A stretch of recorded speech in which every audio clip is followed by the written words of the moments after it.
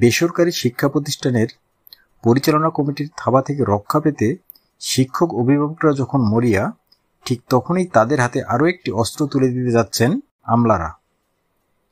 এতদিন যে কাজটি শিক্ষা মন্ত্রণালয়ের সঙ্গে সম্পর্কযুক্ত সংবিধিবদ্ধ প্রতিষ্ঠান বেসরকারি শিক্ষক নিবন্ধন প্রত্যয়ন কর্তৃপক্ষের এনটিআরসি এর মাধ্যমে সম্পূর্ণ হয়ে আসছে, সেটি এখন বেসরকারি কমিটির হাতে দেওয়ার সব আয়োজন প্রায় শেষ পর্যায়ে রয়েছে।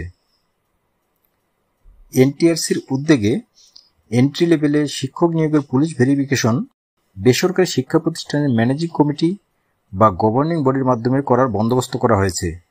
সম্প্রতি এ সংক্রান্ত একটি পরিপত্র জারি করার জন্য শিক্ষা মন্ত্রণালয়ের কাছে চিঠিও দিয়েছে এনটিআরসিএ।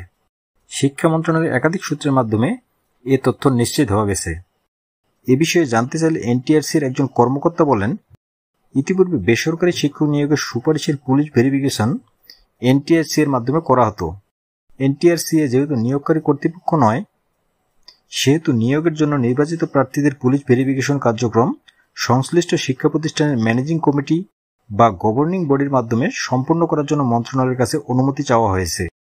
তিনি আরও বলেন, অতীত অভিজ্ঞতায় দেখা গেছে এনটিআরসি এর সব ধাপ পেরিয়ে নিয়োগের সুপারিশের জন্য নির্বাচিত হওয়ার পরেও শুধু পুলিশ ভেরিফিকেশনের জন্য মাসের পর মাস অপেক্ষায় থেকে প্রার্থীরা হতাশায় ভুগতেন। তখন যোগদানের পর পুলিশ ভেরিফিকেশন সম্পূর্ণ করারও দাবি উঠেছিল। এন্ট্রি লেভেলে শিক্ষক নিয়োগের লক্ষ্যে প্রার্থী বাছাইয়ের চূড়ান্ত দায়িত্ব এনটিআরসি এর। তাদের দেওয়া নিয়োগের সুপারিশ নিয়ে নির্বাচিত প্রতিষ্ঠানে যোগদান করেন শিক্ষকরা। তবুও বেসরকারি পরিচালনা কমিটি তাদের এমপিওতে টালবাহানা করে ঘুষ দাবি করে।